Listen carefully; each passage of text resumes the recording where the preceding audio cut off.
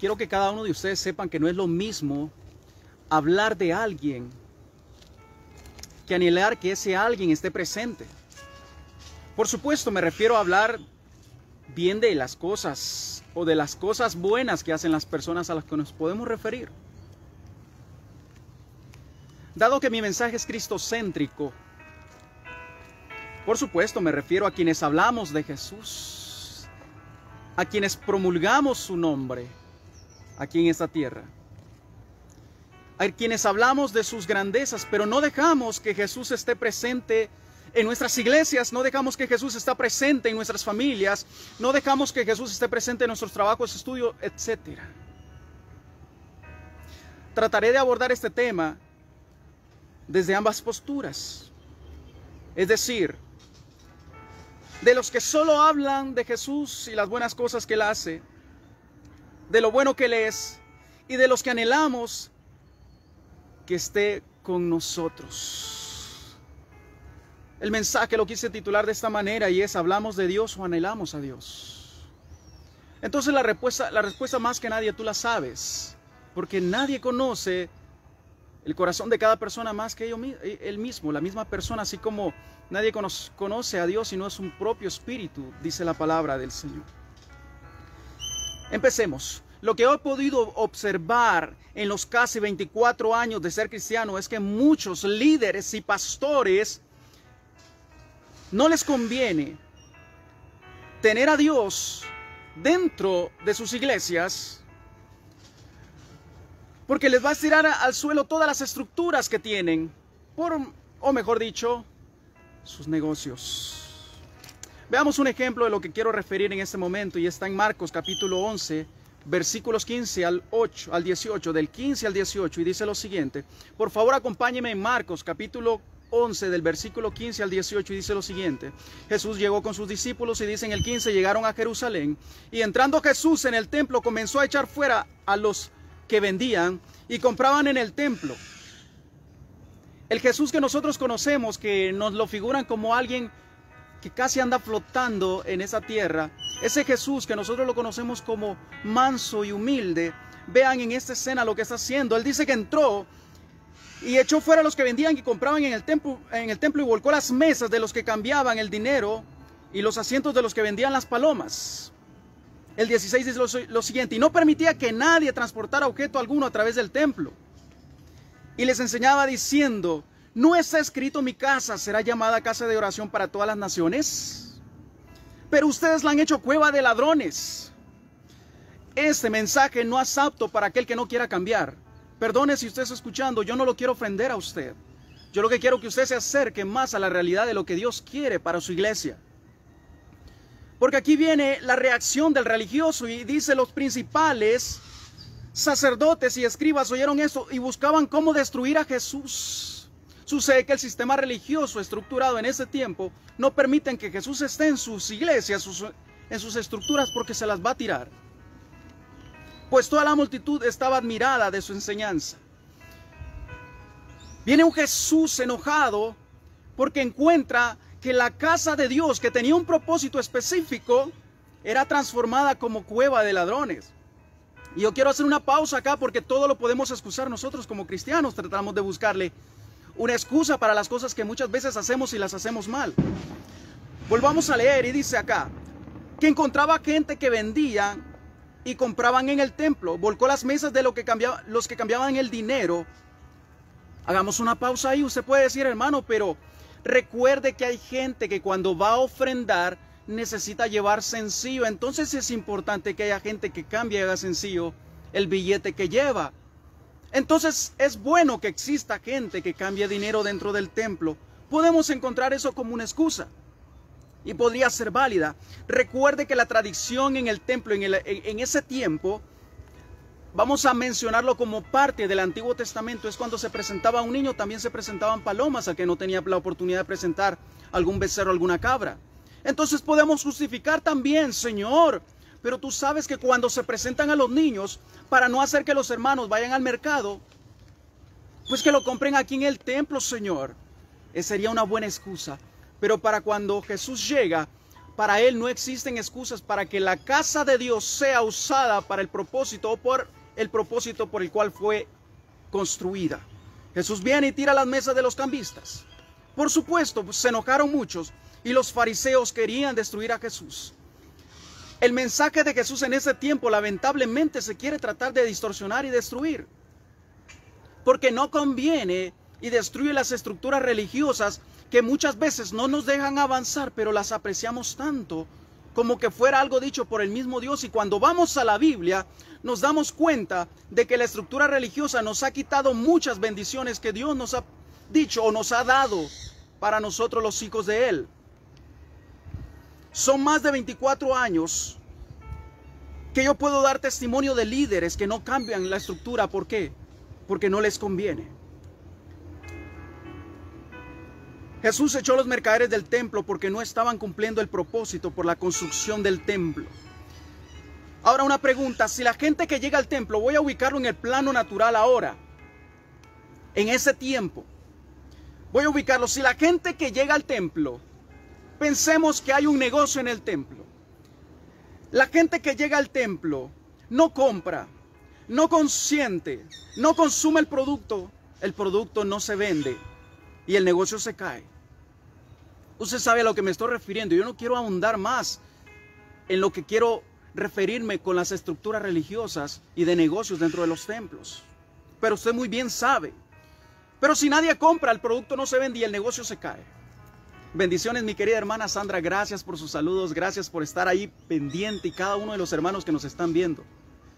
Pero estoy hablando de que hay estructuras que se van a derribar siempre y cuando se permita que Jesús esté ahí. Pero como no se deja entrar a Jesús, estoy hablando de que se habla de Jesús, pero no se deja entrar a Jesús. Hay algunas cosas que consentimos, hay algunas cosas que las excusamos dentro de la iglesia. Nosotros sabemos que están mal, pero las queremos excusar.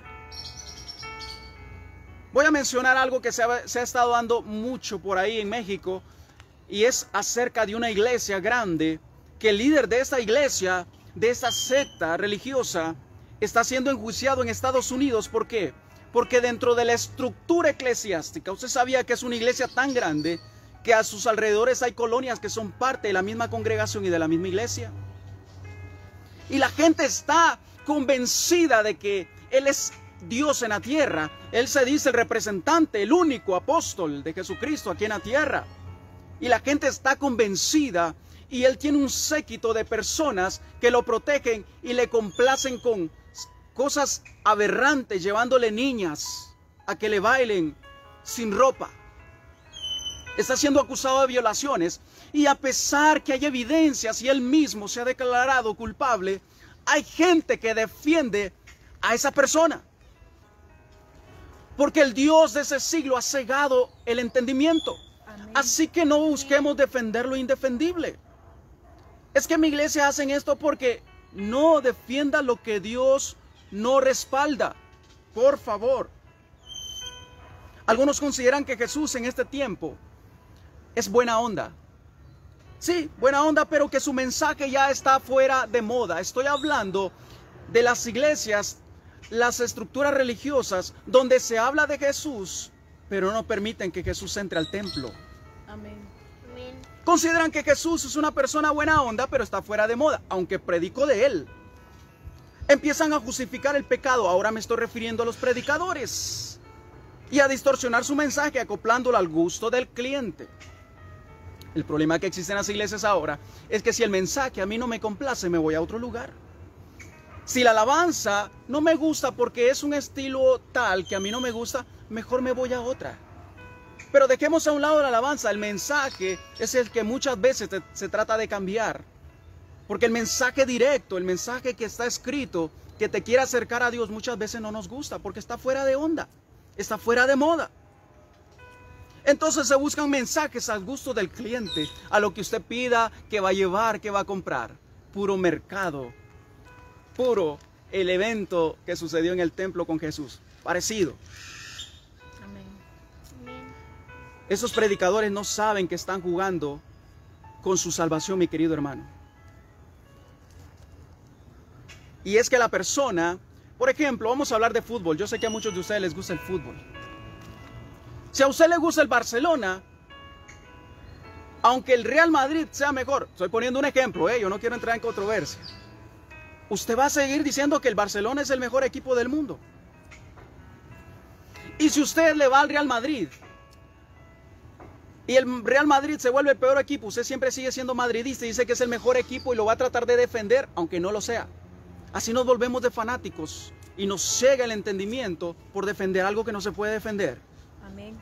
Amén. Gloria a Dios.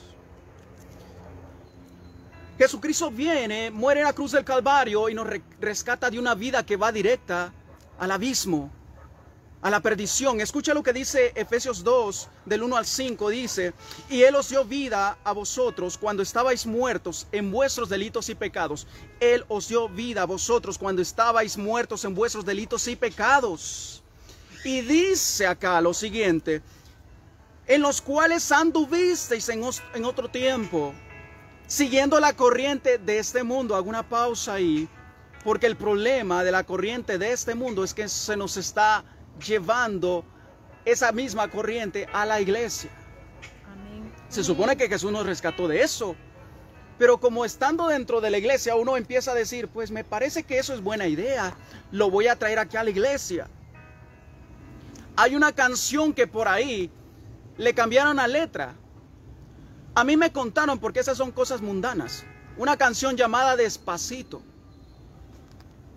versión cristiana por ahí. Y los jóvenes ahí, Jesucristo, cambiándole la letra, trayendo al mundo a la iglesia. Pero aquí se supone que nosotros estábamos muertos en delitos y pecados, en los cuales se supone que anduvimos en otro tiempo, siguiendo la corriente de este mundo, conforme al príncipe de la potestad del aire, el espíritu que ahora opera en los hijos de desobediencia. Aquí está hablando de hijos de desobediencia, no está hablando de la gente del mundo. Ahora está hablando de hijos de desobediencia, que esa corriente del mundo ahora opera dentro de la iglesia. Amén. Amén. Yo sé que para usted es difícil de creer, porque donde usted está, en la congregación donde usted va, no se dan estas cosas. Yo estoy hablando a los otros hermanos, otras iglesias, en los cuales operan los hijos de desobediencia, entre los cuales también todos nosotros vivimos en otro tiempo, en los deseos de la carne, haciendo la voluntad de la carne y de los pensamientos, y éramos por naturaleza hijos de ira. Y lo mismo que los demás. Pero Dios, que es rico en misericordia por su gran amor con que nos amó, aun estando nosotros muertos en delitos y pecados, nos dio vida juntamente con Cristo. Por gracia somos salvos nosotros. Yo creo que usted ya va entendiendo el mensaje que yo intento compartir por la gracia de Dios. Amén. No podemos negociar nuestra salvación por algo que aparentemente es bueno y no lo es. Por favor, mi querido hermano, comprenda que es por su vida. Nosotros se supone que fuimos librados de la corriente del mundo. La traemos a la iglesia para hacer parecer buena onda a la iglesia y al pastor. Es que el pastor es buena onda. Él nos deja hacer todo lo que nosotros queramos. Pastores, por favor, ustedes saben que un día vamos a estar delante del tribunal de Cristo. No solo ellos, también nosotros, toda la congregación. Pastores, por favor, presten atención, que yo no quiero que seamos del equipo que diga al Señor, yo no los conozco. Amén. Apartados de mí, hacedores de maldad. Y estoy hablando de gente que posiblemente esté haciendo milagros y sanidades en este tiempo. Amén. Alguien diría por ahí, yuhu. No pongamos en riesgo la salvación de la gente. Hay gente, predicadores en este tiempo, que le está diciendo a la gente que aún no es malo suicidarse. ¿Se imagina llegar con un pastor, o que llegue conmigo usted y que me diga, hermano Eric, siento ganas de suicidarme, será pecado? Y que yo le diga, no, suicide con todo gusto, usted cuélguese, le compro la cuerda. ¿Con qué se quiere suicidar? Pareciera un chiste, pero eso se está promoviendo en muchas iglesias. Yo reprendo al diablo. Amén. Amén. Yo prefiero ser del grupo que desean y anhelan que Jesús esté en la casa. A veces el orden no nos gusta, ¿verdad? A veces la disciplina como que no nos llega. La disciplina en todas las cosas no nos gusta, pero es necesaria la disciplina para enderezarnos. Porque cuando Jesús está en la casa, aunque me tenga que tirar todas las cosas que a mí no, bueno, que a Él no le sirven en mí, Señor, tíralas, por favor. Y quiero llevarlos a lo que decía el salmista el Salmo 84 del 9 al 10, que nosotros podamos tener ese sentir. Yo sé que se indignó con lo anteriormente mencionado, que hay mucha gente haciendo negocios. Usted ya identificó, pues qué bueno, salve su vida. Dice el Salmos 84, 9 al 10, dice: mira, oh Dios, escudo nuestro, pon los ojos en el rostro de tu ungido, tu ungida, las ungidas que me están viendo. Porque mejor es un día en tus atrios que 1000 fuera de ellos. Escogería antes estar a la puerta de la casa de mi Dios, aunque sea en la puerta, Señor, que habitar en las moradas de maldad. Mejor es un día en tu presencia, cuando nosotros anhelamos que su presencia esté en nosotros y nosotros en su presencia. ¡Qué maravillosa sensación! ¿Cuánto ha perdido ese tacto espiritual la iglesia? Porque nos gusta el entretenimiento, sobre todo en estas fechas. Amén.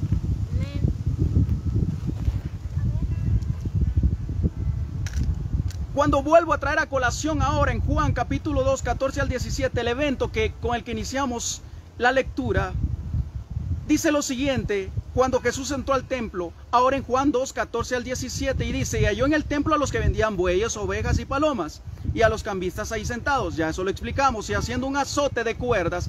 Aquí este muchacho Juan da un panorama un poco más amplio de Jesús. Hizo un azote de cuerdas, echó fuera del templo a todos y a las ovejas y a los bueyes, y esparció las monedas de los cambistas y volcó las mesas, y dijo a los que vendían palomas: quitad aquí todo esto y no hagáis de la casa de mi padre casa de mercado.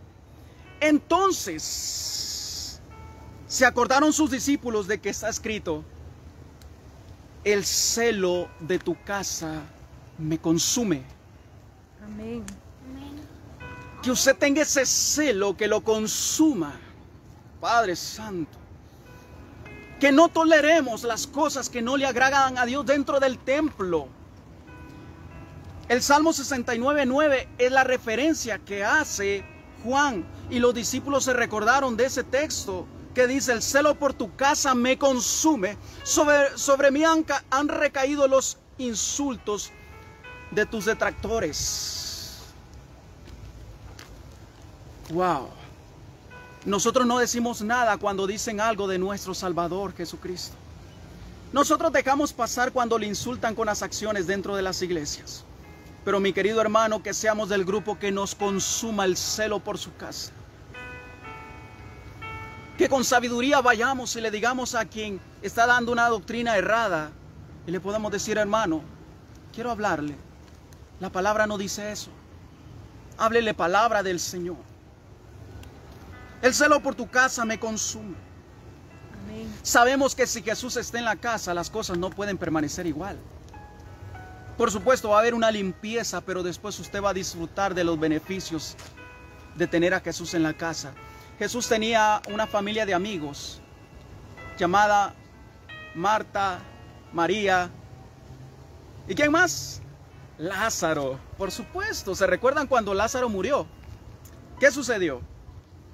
Jesús iba en el camino, eran distancias que se recorrían caminando. Lázaro estaba mal de salud. Jesús iba para allá, pero no se apuraba. Sucede, dicen en Juan 11, 20 al 35. Entonces Marta, cuando oyó que Jesús venía, salió a encontrarle. Por supuesto, sabemos que a Lázaro había muerto. Pero María se quedó en casa. Y Marta dijo a Jesús: Señor, si hubieses estado aquí. Ahora, cuando suceden las cosas, uno dice: si hubiese estado el Señor aquí. Pero muchas veces nosotros hacemos que el Señor se vaya. Amén. Señor, ¿ya te vas? Tengo que ocuparme de otras cosas. ¿Será que te puedes ir de la casa? Porque tengo una agenda por ahí que atender, pero no quiero que tú la veas. Pero aquí está reconociendo Marta: si hubieses estado aquí, mi hermano no habría muerto. Mas también sé ahora que todo lo que pidas a Dios, Dios te lo dará. Por supuesto, ellos sabían la capacidad que tenía Jesús para resucitar muertos. Jesús le dijo: tu hermano resucitará. Pero ella le dijo: yo sé que resucitará en el día de la resurrección.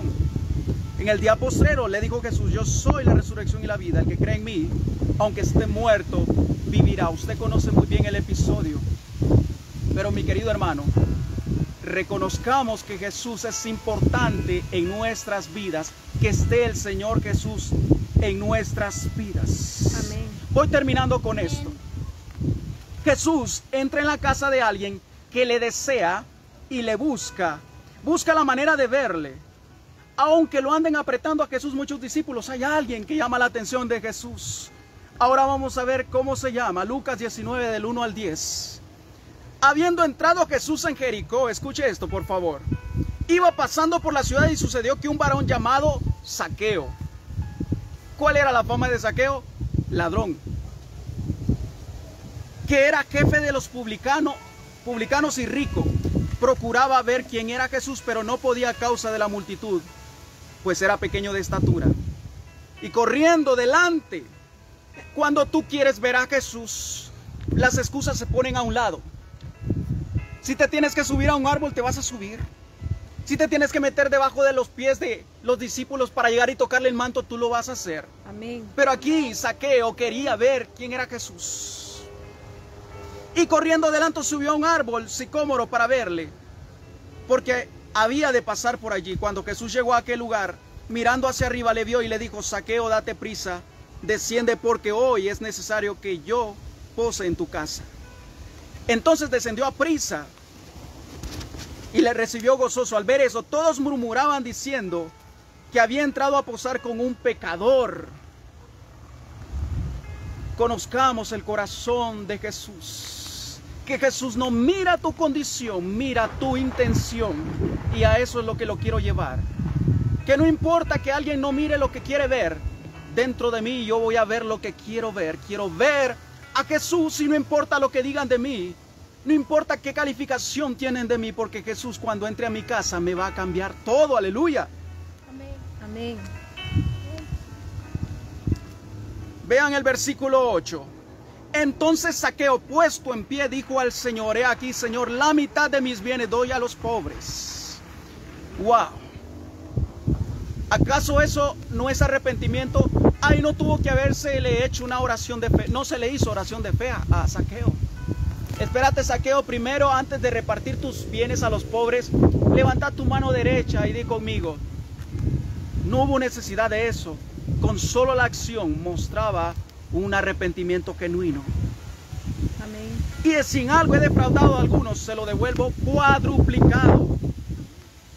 Cuadruplicado. Jesús le dijo: ha venido la salvación a esta casa, por cuanto él también es hijo de Abraham. Porque el Hijo del Hombre vino a buscar y a salvar lo que se había perdido.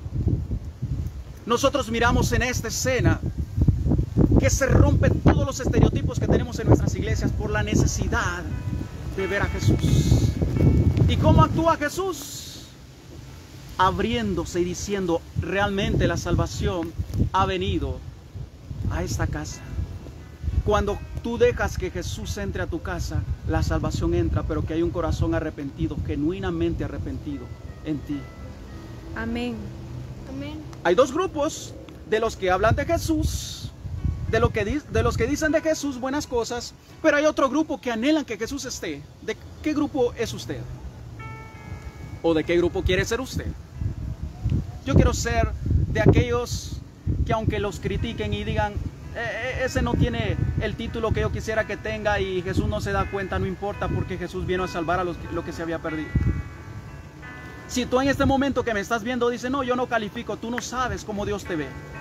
Amén. Y tú no sabes que Jesús quiere posar en tu casa el día de hoy.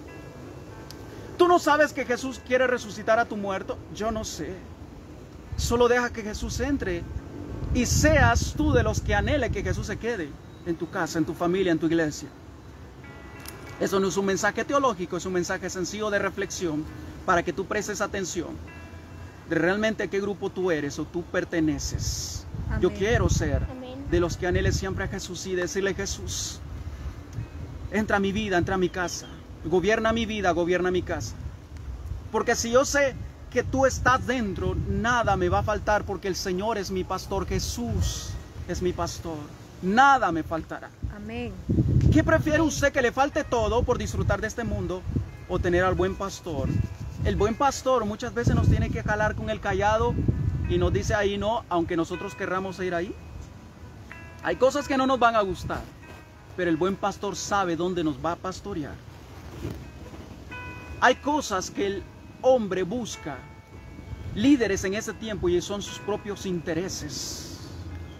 Por favor, Dios le des discernimiento a cada uno de ustedes para entender lo que se le está predicando. Amén.